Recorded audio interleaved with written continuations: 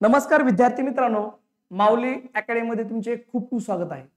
विद्यार्थी मित्रांनो, तुम्ही जर आमच्या चॅनलवर नवीन असाल तर व्हिडिओला लाईक करा, चॅनलला सबस्क्राइब करा आणि व्हिडिओ तुमच्या मित्राला शेअर करायला विसरू नका। विद्यार्थी मित्रांनो, तुमचं एक लाईक, एक सबस्क्राइब आणि तुमचं एक शेअर आमच्यासाठी फार मोठी प्रेरणा आहे, त्यामुळे तुम्ही नक्की सहकार्य करा।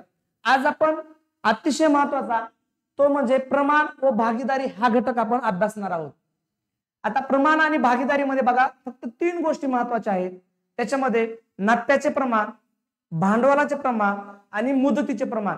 जर या 3 गोष्टी तुम्हाला समजल्या तर अख्खा घटक तुम्हाला समजला। फक्त 3 गोष्टी पुन्हा एकदा सांगतो, कोणकोणत्या?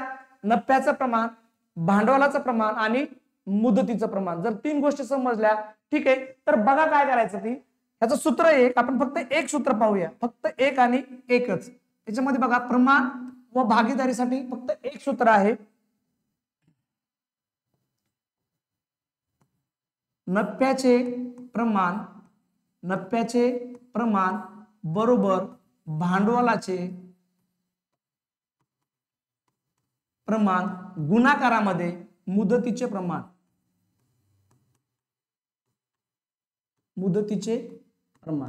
बघा, नफ्याचे प्रमाण बरोबर भांडवलाचे प्रमाण गुणाकारामध्ये मुदतीचे प्रमाण। आता आपण किती भांडवल गुंतवलंय, ज्या प्रमाणात भांडवल गुंतवलंय त्या प्रमाणामध्ये आता आपल्याला नफा मिळणार आहे आणि त्याच प्रमाणामध्ये काय आहे, मुदत पण किती आहे हे देखील महत्त्वाचं आहे। बस एवढं सूत्र पाठ करा।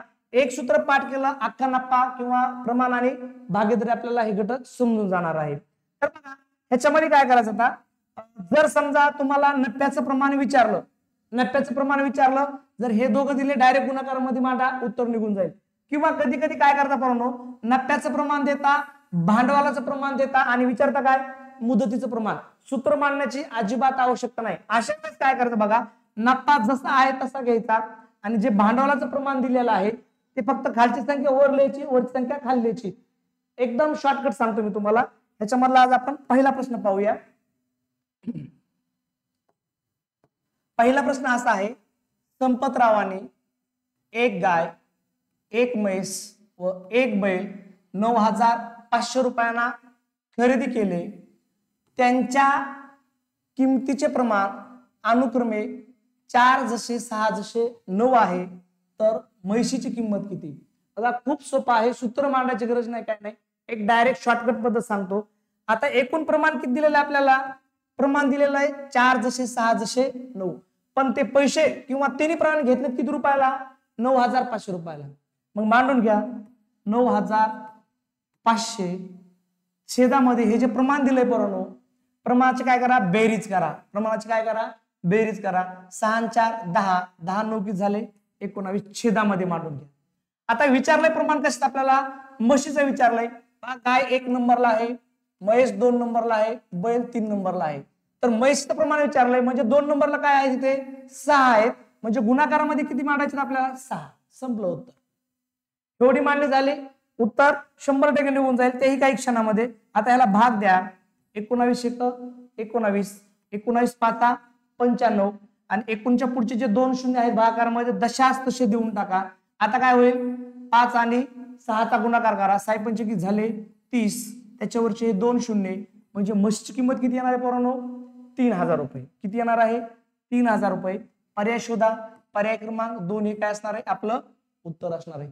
जर समजा तुम्हाला गायची किंमत विचारली तर 6 ऐवजी काय मांडावं लागतील, 4 मांडावे लागेल। जर तुम्हाला बैलाची किंमत विचारली तर 6 ऐवजी काय मांडा, 9 मांडा। हे तुमचं काय असणार आहे, उत्तर। हे जशाचं मांडायचं, फक्त इथलं प्रमाण आपल्याला चेंज करायचंय। ठीक आहे, पुढचा प्रश्न पाहू। बघा, एका व्यवहारात झालेला 7,200 रुपये नफा ए, बी व सी यांना अनुक्रमे 2, 3, 4, बघा 2 जसे 3 जसे 4 या प्रमाणात वाटल्यास बी चा वाटा किती? आता बघा इथं 2 म्हणजे ए आहे, 3 म्हणजे बी आहे आणि 4 म्हणजे कोण आहे, सी आहे। म्हणजे ह्यांचं काय दिलं, नफ्याचं प्रमाण दिलेलं आहे आणि एकूण नफा किती झालेला आहे, 7,200 रुपये। नफा किती झालेला आहे, 7,200 रुपये नफा झालेला आहे। मांडून घ्या, 7,200 रुपये नफा झाला। प्रमाण किती पोरांनो कोणाचं विचारलं आपल्याला बीचं प्रमाण काढायचंय बीचं प्रमाण किती नंबरला आहे 2 नंबरला आहे गुणाकारामध्ये 2 नंबर संख्या कोणती आहे 3 आहे बघा हा 1 नंबर म्हणून ह्याला 2 नंबर देऊ आणि ह्याला किती नंबर देऊया 4 बी ची किंमत काढायची बी म्हणजे किती आहे 3 आहे छेदामध्ये बघा ह्या तिघांची काय करायची आपल्याला बेरीज करायची तिघांची काय करायची बेरीज करायची 3 आणि 2 किती झाले 5 5 आणि 4 किती झाले 9 छेदामध्ये किती मांडायचे 9 भाग द्या आपलं उत्तर निघून जाईल 9 1 9 9 8 72 पुढचे 2 शून्य जशास तसे 8 3 किती होतील 24 होतील पुढचे 2 जशास 2 शून्य जशास तसे आपलं उत्तर किती झालं 2400 पर्याय क्रमांक शोधा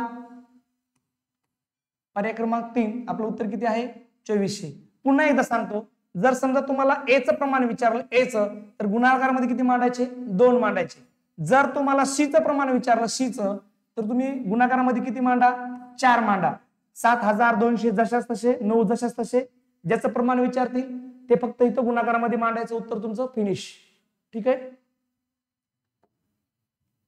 पुढचा प्रश्न बघा 12,000 रुपये नफा अ ब व क या तिघांना अनुक्रमे 2 जसे 5 जसे 8 या प्रमाणात वाटल्यास ब ला अ पेक्षा किती रुपये जादा मिळतील पण आपण काय करतो माहिती का अभ्यास कमी करतो आणि फक्त स्टेटस वर जगतो यावर्षी पोलीस होणारच कुठला तर रील घेतो स्टेटस लावतो यावर्षी पोलीस होणार यावर्षी नोकरी मिळवणार आणि आपण अभ्यासामध्ये ढिला पडतो आपला लटकेशपणा आपण पुन्हा लटकेश अभ्यास एक मार्क मिळवण्यासाठी अभ्यास करा कारण इथं स्पर्धा नाही परंतु पोलीस भरतीमध्ये फक्त आणि फक्त गर्दी आहे काय आहे गर्दी आहे अगदी 10% मुलांमध्ये फक्त स्पर्धा आहे जे मुलं सातत्य ठेवता नियमित अभ्यास करता आणि आपल्या ध्येयाप्रती एकनिष्ठ राहतात त्याला ह्याच्यामध्ये 100% यश मिळतं ठीक आहे प्रश्न फार सोपा आहे बघा पुन्हा एकदा सांगतो एकूण नफा किती झालेला आहे 12,000 एकूण नफा 12,000 मांडून घ्या एकूण नफा झाला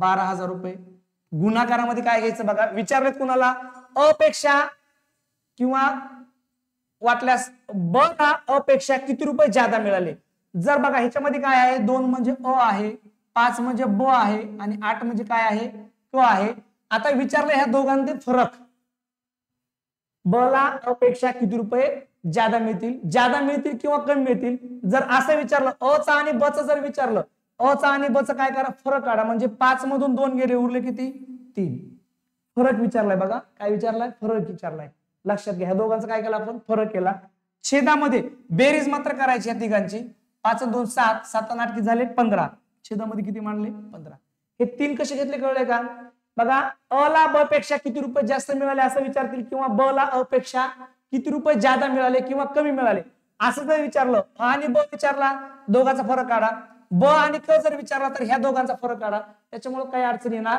नाही डायरेक्ट मानून टाका 15 1 15 15 8 120 उरले पुढचे 2 शून्य बघा हे 15 8 120 2 शून्य उरले 2 शून्य जशाच तसे देऊन टाका 8 3 किती झाले 24 झाले त्याच्यावरचे 2 शून्य देऊन टाका आपलं उत्तर काढा किती आलं उत्तर 2400 रुपये पर्याय क्रमांक शोधा एवढं सोपं तुम्हाला कुठल्याच व्हिडिओमध्ये सापडणार पाहून कुठल्याच व्हिडिओमध्ये सापडणार नाही अगदी साधी सोपी पद्धत आपल्या गावाकडची ठीक आहे पुढचा प्रश्न घेऊया बघा 8,600 रुपये नफा अ, ब व क या तिघांना अनुक्रमे 4 5 8 या प्रमाणात वाटल्यास अ ला ब पेक्षा किती रुपये कमी मिळतील आता कमी मिळतील जादा मिळतील काही अडचण नाही प्रश्न कसाही फिरून विचारू द्या आपलं उत्तर तेवढ्याच हटके पद्धतीने काढायचं आहे एकूण नफा किती झालेला आहे 6,800 नफा किती झाला 6,800 गुणाकारात चिन्ह घेऊया ठीक आहे आता बघा अ ला ब पेक्षा किती रुपये कमी मिळतील जादा मिळतील ह्या दोघांचा काय करायचं आपल्याला फरक काढायचा फरक किती आला 4 5 गेले उरला 1 पण छेदामध्ये मात्र या तिघांची काय करायची आपल्याला बेरीज करायची तिघांची काय करायची बेरीज करायची बेरीज किती येईल बरोबर तिघांची 5 4 9 9 8 किती झाले बघा 8 5 13 13 4 17 ठीक आहे बेरीज किती आली 17 आली भाग द्या ह्याला 17 1 17 17 चौक 68 पुढचे 2 शून्य जशास तसे 400 एक 400, बघा आपला फरक निघला. उत्तर किती? पर्याय शोधा पटापट. पर्याय क्रमांक 1 हे आपलं काय असणार आहे? उत्तर असणार आहे. पर्याय क्रमांक 1. समजतंय? जर नाही समजलं काही अडचण आली नंबर पण देईल, पेमेंट मध्ये टाका. पुन्हा आपण हा घटक परत एकदा तुम्हाला ज्या प्रश्नाची अडचण आहे तो प्रश्न नक्की घेतला जाईल. तुम्हाला वैयक्तिक 100% आपण मदत करूया किंवा वैयक्तिक 100% तुमचं जे शंका असतील त्या आपल्याला सोडवायच्या आहेत. ठीक आहे. पुढचा प्रश्न, श्रीपत व महिपत यांच्या भांडवलाचे गुणोत्तर बघा 2:3 आहे व मुदतीचे गुणोत्तर पुन्हा 2:3 आहे, तर त्यांच्या नफ्याचे गुणोत्तर किती? आपल्याला नफ्याचं गुणोत्तर विचारलंय. आता जे सुरुवातीला मी सूत्र सांगितलं होतं बघा, नफ्याचे गुणोत्तर बरोबर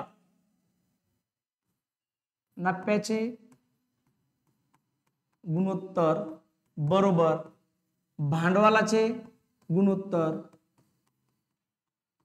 गुणाकारामध्ये मुदतीचे गुणोत्तर.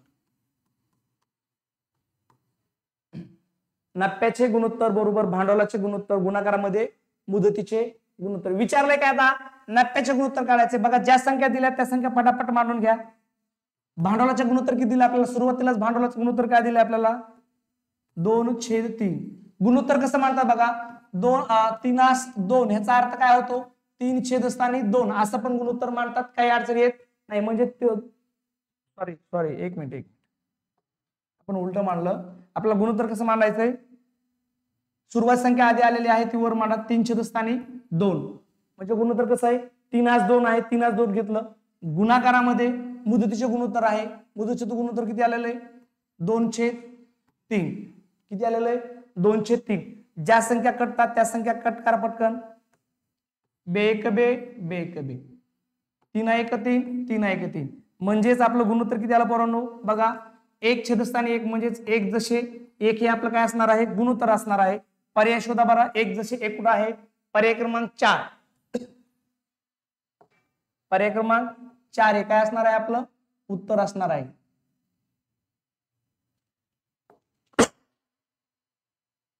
पुढचा प्रश्न, रमेश सुरेश यांच्या भांडवलाचे गुणोत्तर 4:5 आहे व मुदतीचे गुणोत्तर 3:4 आहे, तर नफ्याचे गुणोत्तर किती? पुन्हा एकदा काय विचारलंय आपल्याला? नफ्याचे गुणोत्तर सूत्र काय सांग बरं. ठीक आहे. नफ्याचे गुणोत्तर बरोबर भांडवलाचे गुणोत्तर गुणाकारामध्ये मुदतीचे गुणोत्तर. आता आपल्याला काय सांगितलंय? नफ्याचे गुणोत्तर दिलंय.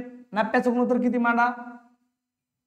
4/5 गुणाकारामध्ये मुदतीचं गुणोत्तर किती दिलेलं आहे? 3/4. ज्या संख्या कटतात त्या संख्या पटापट कटवा. 4 1 4 4 1 4. आता ह्याला भाग जात नाही, हे भाग जात नाही, जशाच तसे लिहा. 3/5 म्हणजे गुणोत्तर किती आलं आपलं? 3/5. हे कशाचं गुणोत्तर आहे? नफ्याचं गुणोत्तर बरोबर काय आलं? 3/5. पर्याय क्रमांक शोधा. 3/5. बघा पर्याय कसे आहेत? 3/5 आहे, 5/3 आहे, पण आपलं उत्तर काय आहे? 3/5. बऱ्याच वेळेस विद्यार्थी काय करतात? उत्तर बरोबर काढतात, गोल करताना गोंधळ करतात. बघा हे फार महत्वाचं आहे. खालीवरी करता शेवटी एक गोल शिल्लक राहतो किंवा एक गोल कमी पडतो. सुरुवातीपासून 10-15 प्रश्न आपले काय होतात? खालीवरी होतात आणि आपण पुन्हा काय म्हणतो? सिली मिस्टेक झाली. काय झाली? सिली बिली काय झालं नाही. तुझं लक्ष नव्हतं, लक्ष दे, उत्तर बरोबर काढ. ठीक आहे. चुकीला माफी अजिबात नाही. माफी आहे पण 1 वर्ष आपल्याला वेट करावा लागतो. ठीक आहे. नफ्याचं गुणोत्तर किती आलं? 3/5. जर तुम्हाला नफ्याचं गुणोत्तर यशामध्ये मिळवायचं असेल तर प्रयत्न आणि काय वेळ द्यावी लागेल, म्हणजे प्रयत्न पण करावे लागतील आणि त्यासाठी मुदत पण द्यावी लागेल. ठीक आहे. ओके. पुढचा प्रश्न पाहूया. अनिल सुनील यांच्या भांडवलाचे गुणोत्तर किती आहे? 5/7 आहे. आता नफ्याचे गुणोत्तर किती दिलेलं आहे? 2/7 आहे. तर बघा त्यांच्या मुदतीचे गुणोत्तर किती? सूत्र मांडायची आवश्यकता अजिबात नाही पोरांनो. बघा सूत्र का नाही मांडायचं? आता नफ्याचं गुणोत्तर दिलंय आपल्याला. नफ्याचं गुणोत्तर किती आहे? नफ्याचं गुणोत्तर शोधा. सुरुवातीला नफ्याचं गुणोत्तर घ्या. 2/7. 2/7 म्हणजे काय? 2/7 गुणाकारामध्ये जर भांडवलाचं गुणोत्तर दिलं तर बघा फक्त ह्याचा विरोध करा. 5 7 आहे ना, तर काय करा 7 5 करा. ठीक आहे, 7 5 करा म्हणजे 7/5. कशाचं गुणोत्तर कशाचं मिळणार आहे आपल्याला? मुदतीचं. जर नफ्याचं गुणोत्तर दिलं, मुदतीचं गुणोत्तर दिलं, भांडवलाचं गुणोत्तर काढायचंय त्यावेळेस पण सेम पद्धत. बघा पुन्हा एकदा सांगतो, नफ्याचं गुणोत्तर दिलं, मुदतीचं गुणोत्तर दिलं, भांडवलाचं गुणोत्तर विचारलं, सेम पद्धत. फक्त काय करायचं, गुणोत्तराचं आदला बदल करायची. छेदाचा अंश करायचा, अंशाचा छेद करायचा. 5 7 होता, आपण काय केलं 7 5 केलं. भाग द्या, तुमचं उत्तर निघून गेलं. 7 कटले 7 कटले, उत्तर काय आलं 2/5. म्हणजेच उत्तर काय आलं 2 5 काय आलं आपलं, कायचं गुणोत्तर आलं शोधा, मुदतीचं गुणोत्तर 2 5. पर्याय शोधा, पर्याय क्रमांक 3. हे काय आहे आपलं उत्तर आहे. सूत्र मांडायची अजिबात आवश्यकता नाही. पुढचा प्रश्न बघा, भिकोबाने 4,000 रुपये 5 महिन्यासाठी, तुकारामने 3,000 रुपये 4 महिन्यासाठी एका व्यवसायात गुंतविले. त्यांना एकूण नफा 1,600 रुपये झाला, तर भिकोबाचा नफ्यातील वाटा किती रुपये आहे? आता आपल्याला नफ्याचं प्रमाण काढावं लागेल. आता नफ्याचं प्रमाण दिलेलं नाही. भिकोबाने 4,000 गुंतवले 5 महिन्यासाठी, तुकारामने 3,000 रुपये गुंतवले 4 महिन्यासाठी. जर असा प्रश्न आला ना, एक तुम्हाला मांडणी खूप सोपी सांगतो, तुम्हाला असं वाटेल वेळ लागेल, फक्त प्रश्न समजण्यासाठी मांडणी सांगतो. बघा काय करायचं ती, इथं मांडा भांडवलाचे गुणोत्तर पहिलं, त्याच्यानंतर मुदतीचे गुणोत्तर, त्याच्यानंतर नफ्याचे गुणोत्तर मांडून घ्या. ठीक आहे, व्यक्ती कोण कोण आल्यात इथं, व्यक्ती मांडा. व्यक्ती कोण आल्यात, एक आला भिकोबा आणि दुसरा कोण आला तुकोबा माना किंवा तुकाराम माना. ठीक आहे, तुकाराम आला. त्याच्यानंतर इकडे काय घ्या, प्रमाण घ्या. ओके, कळलं? भांडवलाचे गुणोत्तर, मुदतीचे गुणोत्तर, नफ्याचे गुणोत्तर, भिकोबा, तुकाराम आणि प्रमाण. जर तुम्हाला जर ह्या प्रश्नावर अडचण असेल तर असं मांडा, सहज सोप्या पद्धतीने तुमचं उत्तर निघणार आहे. वेळ अजिबात लागणार. तुम्हाला असं वाटेल वेळ लागेल का, वेळ लागणार नाही. आता बघा, भांडवल कोणी गुंतवलंय, भिकोबानं सुरुवातीला किती गुंतवलंय 4,000. किती गुंतवलंय, ज्यावेळेस भिकोबानं 4,000 गुंतवले त्यावेळेस तुकोबानं किती गुंतवले 3,000 रुपये. आता प्रमाण काढण्यासाठी काय करायचं, भाग द्यायचा असतो. भाग द्या बरोबर. भाग कसं द्यावा लागेल, हे 3 शून्य कटले, हे 3 शून्य कटले, प्रमाण आलं 4 3. हे आपलं प्रमाण आलं. कशाचं प्रमाण आलं, हे भांडवलाचं प्रमाण आलं. आता बघा मुदतीचं प्रमाण, भिकोबानं 5 महिन्यासाठी पैसे गुंतवले, तुकारामने 4 महिन्यासाठी पैसे गुंतवले. या दोघाला भाग जाणार नाही, प्रमाण कसं राहील 5 4. आता नफ्याचं गुणोत्तर दिलंय का आपल्याला, नाही दिलं. जर नफ्याचं गुणोत्तर दिलं नसेल तर काय करायचं, मग नफ्याचं गुणोत्तर काढण्यासाठी बघा 4/3 भांडवलाचं गुणोत्तर, गुणाकारामध्ये कशाचं मांडायचंय, मुदतीचे गुणोत्तर. आता इथं उलट करायचं नाही. जर तुम्हाला नफ्याचं गुणोत्तर काढायचं असेल तर छेदाचा अंश अंशात छेद काढायचा नाही. नफ्याचं गुणोत्तर दिलं आणि भांडवलाचं दिलं तर उलट करायचं. नफ्याचं गुणोत्तर दिलं, मुदतीचं गुणोत्तर दिलं तर उलट करायचं. पण आता काय दिलंय, भांडवलाचं आणि मुदतीचं, त्यामुळे उलट करायचं नाही. बघा 4/3 गुणाकारामध्ये 5/4. 4 कटले 4 कटले. नफ्याचं गुणोत्तर बाकी किती आलं, 5/3 आलं. म्हणजेच नफ्याचं गुणोत्तर काय आलं 5/3 आलं. काय आलं 5/3 आलं. विचारलेत कुणाचे बघा, भिकोबाने नफ्यातील वाटा किती, एकूण नफा किती झाला त्यांना 1,600 रुपये. एकूण नफा झाला 1,600. आता भिकोबा किती नंबरला आला, 1 नंबरला. गुणाकारामध्ये किती मांडा, 5 मांडा. हे बघा गुणाकारामध्ये किती घेतले, नफ्याच्या प्रमाणात पहिले घेतले आणि ह्या दोघांची काय करा, बेरीज करा. जो आपण पहिला प्रकार बघितला. 5 आणि 3 किती झाले 8. 5 आणि 3 किती झाले 8. भाग द्या. 8 1 8, 8 2 16, पुढचे 2 शून्य, 5 2 किती झाले 10 आणि पुढचे 2 शून्य. 1,000 रुपये काय असणार आहे भिकोबाचा वाटा. भिकोबाचा वाटा किती आहे 1,000. पर्याय क्रमांक शोधा. पर्याय क्रमांक 4 हे आपलं काय असणार आहे उत्तर आहे. 1,000 रुपये हे भिकोबाचा वाटा आहे. अगदी सोपं, फक्त अशी मांडणी करा, सहज उत्तर तुम्हाला मिळून जाईल. पुढचा प्रश्न खूप सोपा आहे बघा. शामरावाने 10,000 रुपये भांडवल 3 वर्षे व रामरावाने 8,000 रुपये 2 वर्षासाठी एका व्यवहारात किंवा व्यवसायात गुंतविले, शामरावांना 3,000 रुपये नफा मिळाला, तर रामरावाचा वाटा किती? सेम त्या पद्धतीने मांडा. बघा इथे काय मांडायचं आपल्याला? भांडवल किंवा भांडवलाचे गुणोत्तर, मुदतीचे गुणोत्तर, ठीक आहे. त्याच्यानंतर नफ्याचे गुणोत्तर.